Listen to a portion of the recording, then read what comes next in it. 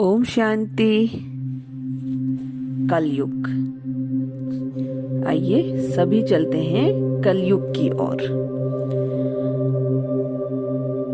कल हमने सुना था द्वापर युग का, आज हम कलयुग के बारे में और कल जानेंगे पुरुषोत्तम संगम युग, पुरुषोत्तम कल्याणकारी संगम युग के बारे में।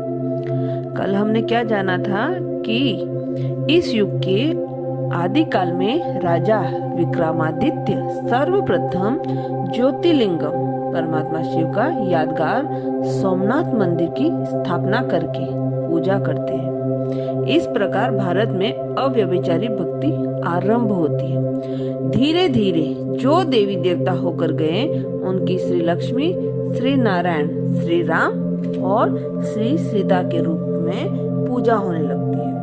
आत्माएं अपनी सतो प्रधान स्थिति से रजो प्रधान अवस्था में आ जाती है और सीढ़ी के 20 पुनर्जन्म से गुजरने के कारण आत्माओं में शक्ति क्षीण हो जाने के अकाले मृत्यु होने लगती है। इस कारण से आयु और भी कम हो गई और यहाँ आत्मा 21 जन्म लेती है और आत्माओं का श्रेष्ठ कर्म का खाता क्षीण हो जाने से वह पुण्य कर्म करने लगती है। अब कलयुग। ब्रह्मा की घोर अंधेरी रात प्रारंभ होते ही सीढ़ी के 42वें पायदान पर मनुष्य आत्माएं तमो प्रधान होने के कारण शूद्र वर्ण में आ जाती है। 5 विकारों रूपी माया का प्रभाव इस संसार के सभी प्राणियों पर पड़ जाता है।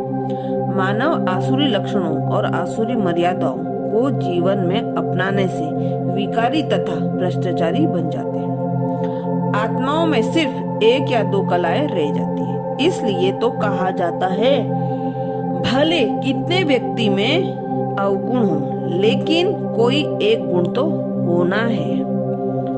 कहने का भाव कि इस युग में 1 या 2 गुण ही आत्माओं में रह जाते हैं। इस युग में प्रकृति भी तमो प्रधान होने के कारण मनुष्यों को रोग, शोक, वृद्धावस्था और अकाले मृत्यु आदि से पीड़ित करने लगती है। मनुष्य परमात्मा से योग भ्रष्ट होने के कारण प्रकृति में 5 तत्वों को ईश्वर मानकर अनेक प्रकार से भूत पूजा करने लगते हैं और भक्ति भी व्यभिचारी स्वरूप वाली हो जाती है। धर्म को भी कोई कमाई का साधन बनाया जाता है और जाति पाति के सांप्रदायिक तथा विरोधी धर्मों के बीच खूब झगड़े होने लगते हैं। प्रजा का प्रजा पर राज्य होने के कारण अनुशासनहीनता, मतभेद, धर्म भेद, प्रांत भेद, भाषा भेद आदि आदि के कारण आए दिन दंगे प्रसाद होते हैं। नारी को भोग का साधन मानकर उसका तिरस्कार किया जाता है।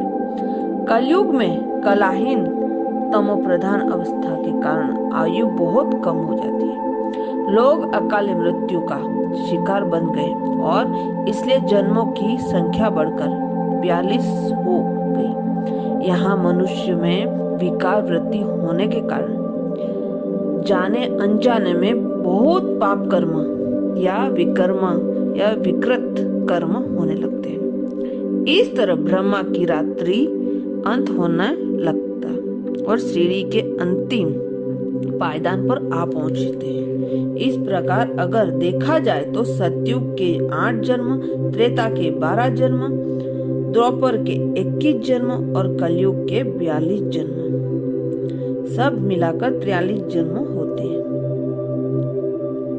43 जन्म होते हैं। जब जन्म कलयुग और सतयुग के संधिकाल संगम के समय पर होता है, यह जन्म दुर्लभ है जो बार बार नहीं मिलता है। अच्छा, ओम शांति।